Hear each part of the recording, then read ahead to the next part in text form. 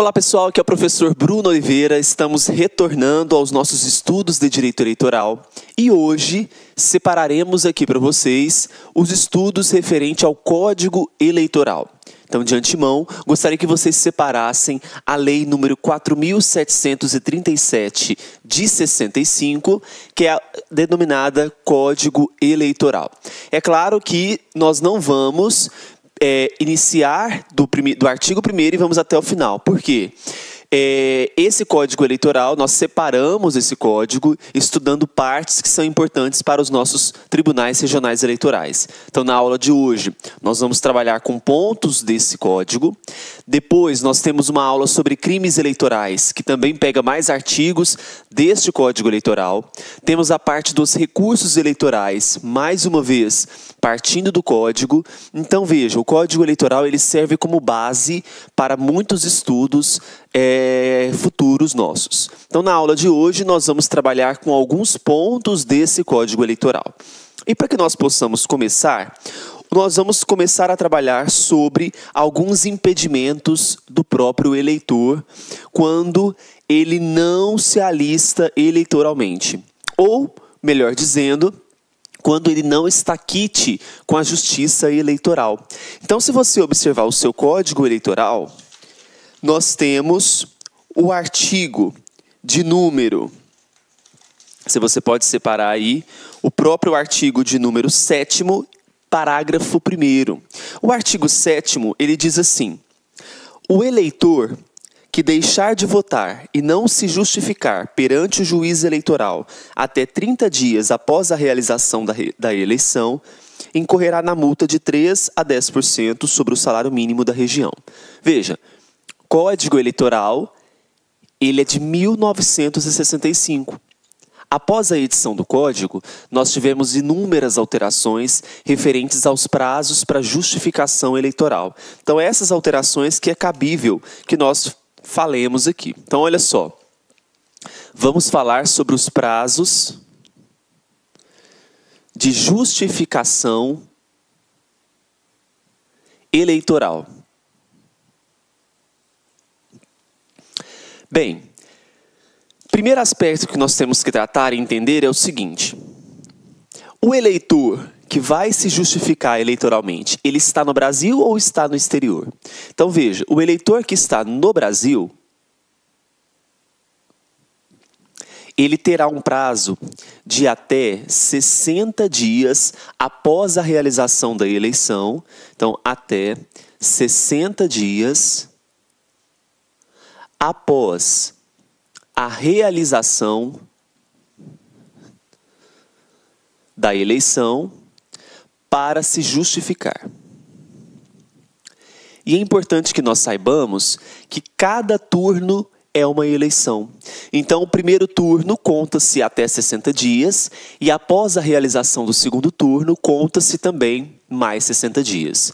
Então, lembre-se, estando no Brasil, o prazo para se justificar até 60 dias após a realização da eleição. Tudo bem? O problema é quando estamos no exterior. Então, o jovem que vai votar, por exemplo, está fazendo uma viagem para o exterior e ficará lá no exterior 90 dias. Ficará 3 meses. Bem, como que ele vai se justificar estando no exterior? Então, a legislação, ela possibilita, ela abre uma brecha para essas situações. Então, veja, você que está no exterior precisa se justificar eleitoralmente, terá um prazo de até 30 dias após o retorno ao Brasil. 30 dias após o retorno ao Brasil para se justificar. Então, lembre-se disso. Estando no Brasil, até 60 dias após a realização da eleição. Estando no exterior, até 30 dias após o retorno ao Brasil. Então, esses são os prazos que nós agora temos que respeitar para se justificar eleitoralmente. Combinados? Muito bem. Visto isso, nós temos que observar o seguinte: aquele cidadão que não se justifica eleitoralmente, não paga as multas, O artigo 7º, parágrafo 1º, ele traz para nós alguns impedimentos que terão esses cidadãos. Então, veja só. Sem a prova de que votou na última eleição, pagou a respectiva multa, ou de que se justificou devidamente, não poderá o eleitor. Nós faremos a leitura de todos os incisos possíveis. Um deles foi alterado pela Lei 13.165 de 2015, e é esse que nós teremos que dar maior enfoque. Tudo bem?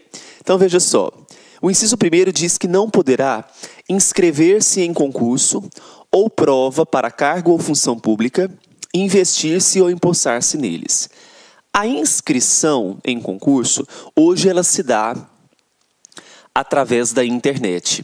E em nenhum momento exige do cidadão que se inscreverá o número do título de eleitor.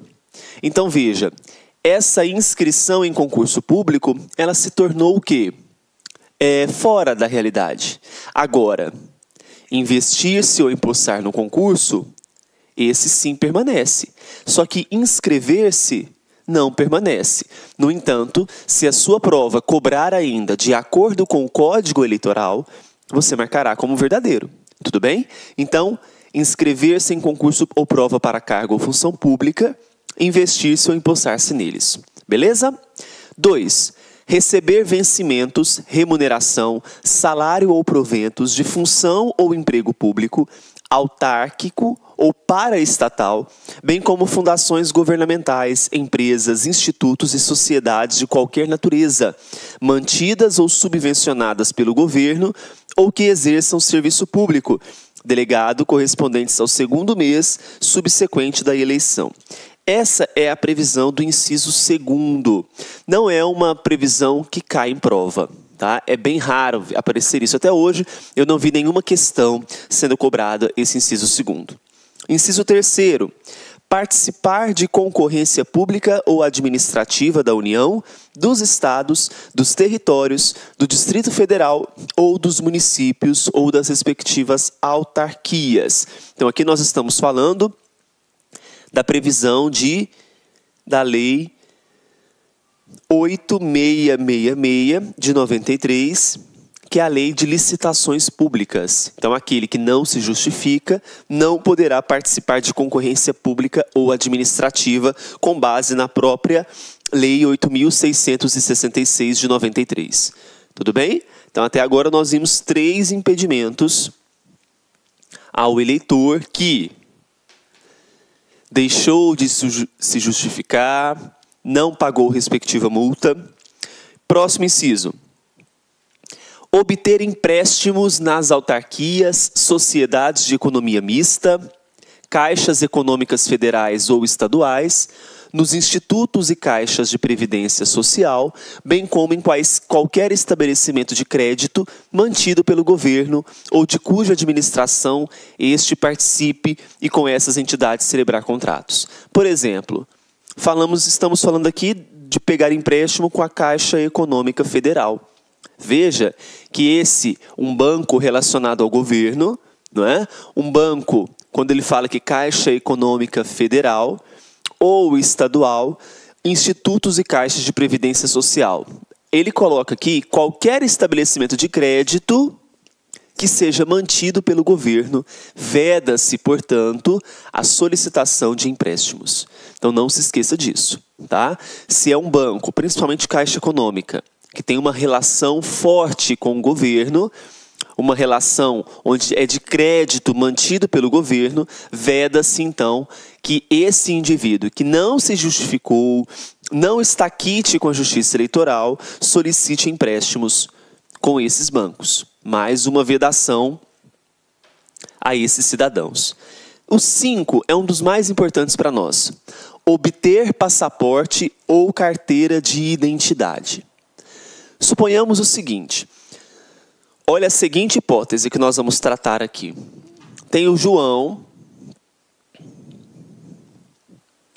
O João, ele tem 15 anos. O João tem 15 anos e ele foi para Londres. Com 15 anos, não era nem facultativo, nem obrigatório ele se alistar eleitoralmente. Então ele foi para Londres, ele ficou em Londres até 21 anos. Então aqui ele tinha emitido um passaporte, emitiu um passaporte sem a necessidade de ter o título, porque a idade não permitia ainda, foi para Londres, ficou 6 anos. Com 21 anos, ele tinha que voltar para o Brasil. Aconteceu um problema familiar e ele teve que voltar para o Brasil. Veja que agora, provavelmente o seu passaporte foi expirado. Ele tinha que renovar o passaporte para voltar para o Brasil. Para a renovação do passaporte, exigia então que ele estivesse quite com a Justiça Eleitoral. Mas com 21 anos, ele não tinha nem se alistado. Então, se fosse essa situação no Brasil, ele pagaria multa. Então, veja que ele não está quite com a Justiça Eleitoral. Aí, o que fez a legislação? Falou o seguinte, olha, para obter passaporte, ele precisa estar quite com a Justiça Eleitoral. Mas nós vamos abrir uma exceção para esse caso. Qual vai ser a exceção para esse caso? A seguinte exceção. Ele vai voltar para o Brasil, precisa renovar esse passaporte. No caso em questão, ele não precisa, então, estar quite com a Justiça Eleitoral para essa exceção de obtenção de renovação de passaporte. Até porque quando ele saiu do Brasil, essa vedação ele não tinha, porque ele tinha apenas 15 anos, não era nem obrigado, nem facultativo ele se alistar eleitoralmente. Então, por isso que a legislação abriu esta exceção para esses cidadãos. Então, vamos fazer a leitura novamente do que dispõe esse inciso 5º. Olha, obter passaporte ou carteira de identidade. Aí vem o parágrafo 4º desse mesmo artigo, que diz assim, gente, o disposto no inciso 5º, que é justamente a obtenção de passaporte ou carteira de identidade, não se aplica ao eleitor no exterior que requeira novo passaporte para identificação e retorno ao Brasil. Então, se ele está retornando ao Brasil, essa vedação ela não é extensível. Tudo bem? Então, não se esqueça desse inciso 5º. 6º, renovar matrícula em estabelecimento de ensino oficial ou fiscalizado pelo governo. Então, nós estamos falando aqui em uma universidade pública, federal, não é? Nós temos a renovação de matrícula em estabelecimento de ensino oficial ou fiscalizado pelo governo. 7º, praticar qualquer ato para o qual se exija quitação do serviço militar ou imposto de renda. Então, esses dispositivos são os previstos na legislação que vedam o indivíduo que não se alistou, não se justificou, não pagou as multas que eram devidas a ele pagar. Então, nós temos 7 incisos. O mais importante, obviamente, é esse 5º, que pode ser cobrado em prova, porque a Lei 13.165 de 2015 dá mais enfoque a ele. Tá certo? Bem, vamos falar um pouquinho agora sobre as mesas receptoras. Bem, a gente não pode esquecer como que se dá a formação da Justiça Eleitoral de forma organizacional. Então, olha só, vamos pensar o seguinte. Eu tenho, por exemplo, uma circunscrição. A circunscrição, ela pode ser nacional, ela pode ser estadual ou ela pode ser municipal. Vamos pensar o seguinte. Eu tenho um estado, então eu tenho uma circunscrição estadual. Essa circunscrição estadual, ela é dividida, fracionada em municípios. Cada município corresponde a uma zona eleitoral em regra. Essas zonas eleitorais, elas são titularizadas por um juiz eleitoral. Então, o juiz eleitoral, ele é titular, em regra, de uma zona eleitoral. Tudo bem?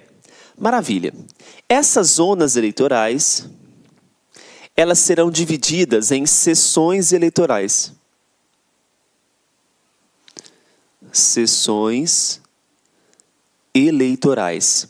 O que são essas sessões eleitorais? São os locais de votação.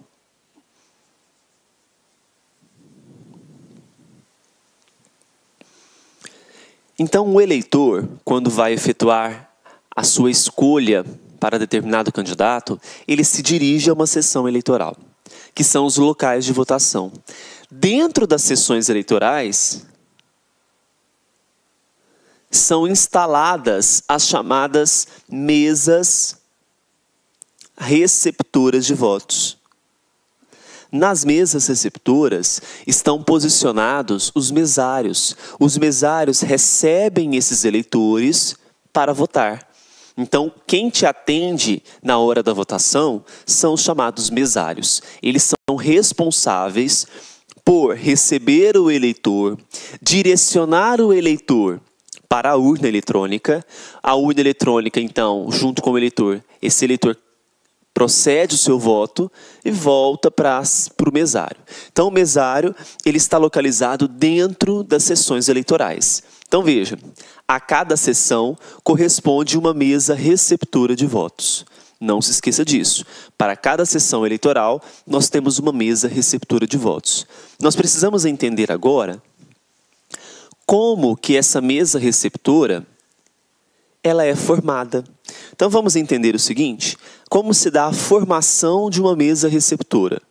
Veja, a mesa receptora ela é constituída de um presidente, um primeiro e um segundo mesário, dois secretários,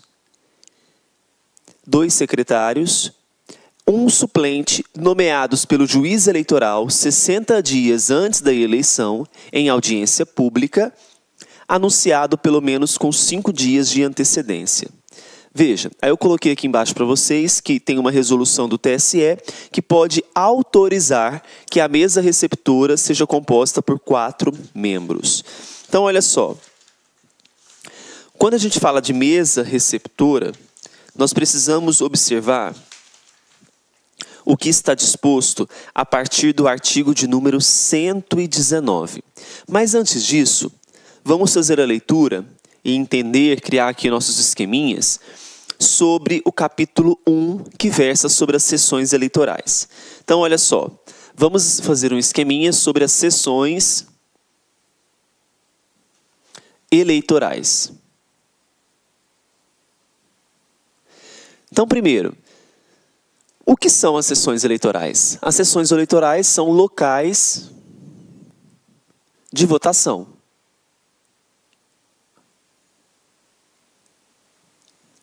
Se são locais de votação, essas sessões elas recebem os eleitores para votar. Então, responsável por receber os eleitores.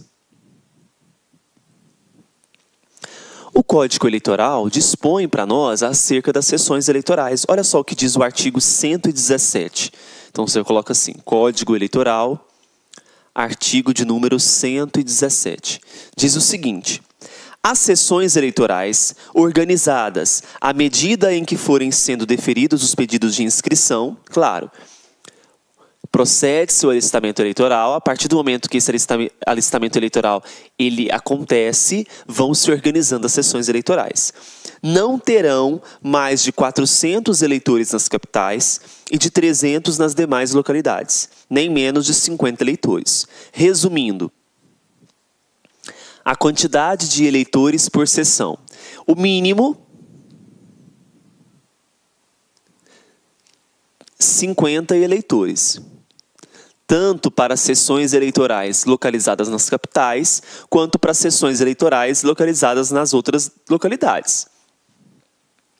Então, o máximo, nós temos que pensar o seguinte: quantos eleitores na capital e quantos nas cidades do interior. As cidades do interior serão todas as cidades, exceto a capital. Então, na capital, o máximo para cada sessão eleitoral, 400 eleitores. E nas cidades do interior, 300 eleitores. E lembre-se, o mínimo, tanto para as cidades da capital quanto do interior, serão 50 eleitores. Tudo bem? Aí vem o parágrafo 1º. Em casos excepcionais, devidamente justificados, o Tribunal Regional Eleitoral poderá autorizar que sejam ultrapassados os índices previstos neste artigo, desde que essa providência venha facilitar o exercício do voto, aproximando o eleitor do local designado para a votação. Então, olha, pode ter alterações? É possível alterações no número. É possível alterações no número de eleitores. Tudo bem? Então, essa possibilidade, ela pode acontecer, portanto. Aí vem o parágrafo 2º.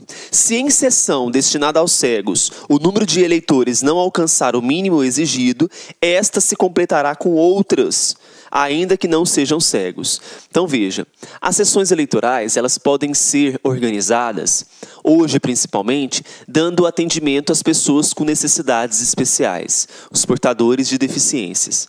Então, veja, existe uma série de necessidades especiais. Existem aqueles que são cegos, que exigem equipamentos que estejam organizados em braille. Existem pessoas que são surdas, que vão realizar o ato de votar. Então, existem pessoas com necessidades físicas, portanto, as sessões eleitorais, elas precisam ser localizadas nos térreos, né? Porque, pense só, se eu organizo uma sessão eleitoral para um portador de necessidade especial física, em andares superiores, a locomoção para esses andares ela fica mais dificultosa. Então, a Justiça Eleitoral, ela verificando o número X de portadores de necessidades especiais, podem organizar sessões eleitorais especiais para essas pessoas. Mas, se não completar, por exemplo, o mínimo de 50, ela pode completar com eleitores que não possuem necessidades especiais. Tudo bem? Então, o que nós vamos colocar aqui? Justiça Eleitoral pode organizar sessões eleitorais especiais. Pode organizar sessões eleitorais especiais. Tudo bem? Maravilha. Aí vem o artigo 118, olha só. Os juízes eleitorais organizarão relação de eleitores de cada sessão, a qual será remetida aos presidentes das mesas receptoras para facilitar o processo de votação. Bem, e é justamente esse o próximo tópico da nossa aula. Vamos começar a falar aqui, portanto, agora, das mesas receptoras de votos. O Código Eleitoral estabelece as mesas receptoras a partir do artigo 119. Nós já começamos a falar sobre as mesas receptoras, não foi? E nós vimos que as mesas receptoras, elas estão localizadas dentro das sessões eleitorais. Então, localizadas dentro das sessões eleitorais. Não foi isso? Muito bem. Procedendo à leitura do artigo 119, ele fala o seguinte: a cada sessão eleitoral corresponde uma mesa receptora de votos. Bom, então eu tenho uma sessão, eu tenho uma mesa receptora. Aí vem o artigo 120, trazendo a composição dessa mesa receptora. Constituem a mesa receptora um presidente, então vamos lá, um presidente. Essa composição você deve gravar. Nós temos um primeiro e um segundo mesários. Então, nós temos aqui o primeiro mesário. Nós temos o segundo mesário. Continuando. 2 secretários. Então, nós temos aqui o primeiro secretário. O segundo secretário. Muito bem. E, finalmente, nós temos um suplente. Então, se você observar aqui, nós temos 3, 4, 5, 6 membros. Só que se você observar na prática, muito difícil você achar uma mesa receptora com 6 membros. Então, quando você chega na sessão eleitoral para votar, você não vê uma mesa receptora com 6 pessoas para te receber para votar. Normalmente são 4 pessoas. Por quê? Porque o TSE, através de resoluções, pode o que? Autorizar uma redução no número de membros. Então, eu posso ter de 6 para 4 membros. Então, o TSE ele pode autorizar que esse número de membros, que originalmente eram 6, possam ser reduzidos para 4 membros. Então, grave isso, porque pode ser que caia na sua prova. Aí vem o parágrafo 1º. Não podem ser nomeados presidentes e mesários. Então, agora nós temos aqui algumas vedações. Primeiro, os candidatos e seus parentes, ainda que por afinidade, até o 2º grau, inclusive bem assim o cônjuge. Então, nós temos aqui algumas vedações.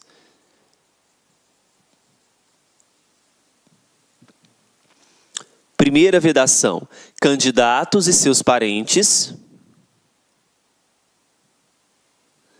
e parentes até 2º grau.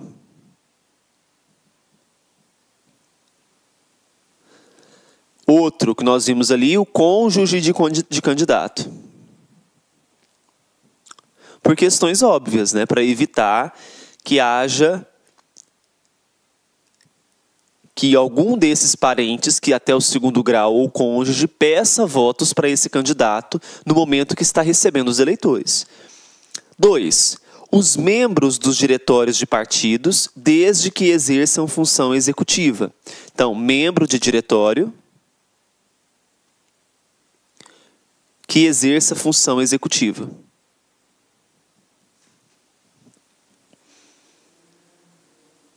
Função executiva. Próxima vedação, autoridades e agentes policiais, bem como os funcionários no desempenho de cargos de confiança do executivo. Então, autoridades e agentes policiais, aqueles que exerçam também cargos de confiança no executivo e os que prestam serviços eleitorais. Os que prestam serviços eleitorais. Então, lembre-se, as mesas receptoras localizadas dentro das sessões eleitorais, compostas por um presidente, um primeiro e um 2º mesários, um primeiro e um 2º secretários, um suplente. 6 membros. O TSE, através de uma resolução, pode alterar a composição dessa mesa receptora para 4 membros. Olá, meus amigos, minhas amigas, sou o professor Luiz Antônio de Carvalho e estou aqui para fazer um convite muito especial para a galera que acabou de assistir essa pequena aula aí demonstrativa com o professor Bruno de Oliveira. Vocês já perceberam aí a qualidade e a competência do professor Bruno de Oliveira. O professor Bruno, eu afirmo sem medo de ser feliz, é um dos melhores professores de direito eleitoral disponíveis que estão militando hoje em concursos públicos no Brasil. E atenção, nós aqui do Lá Concursos, nós separamos uma isolada com o professor Bruno de Oliveira. É o curso dele 2017, super atualizado, super competitivo, com muitas questões de concursos aí, por apenas, preste atenção, por apenas R$40. Então, um curso com o professor Bruno de Oliveira, isolada, direito eleitoral, R$40. Quer se matricular? Só clique aqui embaixo que você tem um link que você vai fazer essa matrícula no site laconcurso.com.br. E além disso, eu quero dizer para vocês o seguinte, nós aqui do Lá Concurso, nós temos aí combos completaços para todos os concursos dos tribunais eleitorais aí, TREs do Brasil. Então, nós temos combos completados, com português, matemática, direito administrativo, constitucional, administração pública, regimento interno, noções de sustentabilidade e assim por diante. E os nossos preços São preços super competitivos, são preços populares com extrema qualidade. Isso você só encontra aqui no LAC Concurso. Bacana? Ah, já ia esquecendo. Se você aí deseja ter esse material de apoio do professor Bruno, só clicar aqui embaixo que tem um link para você fazer o download desse material gratuitamente. Tá certo, meus amigos? Então, forte abraço. Espero vocês aqui no LAC. Fui. Obrigado. Tchau. Clique LAC.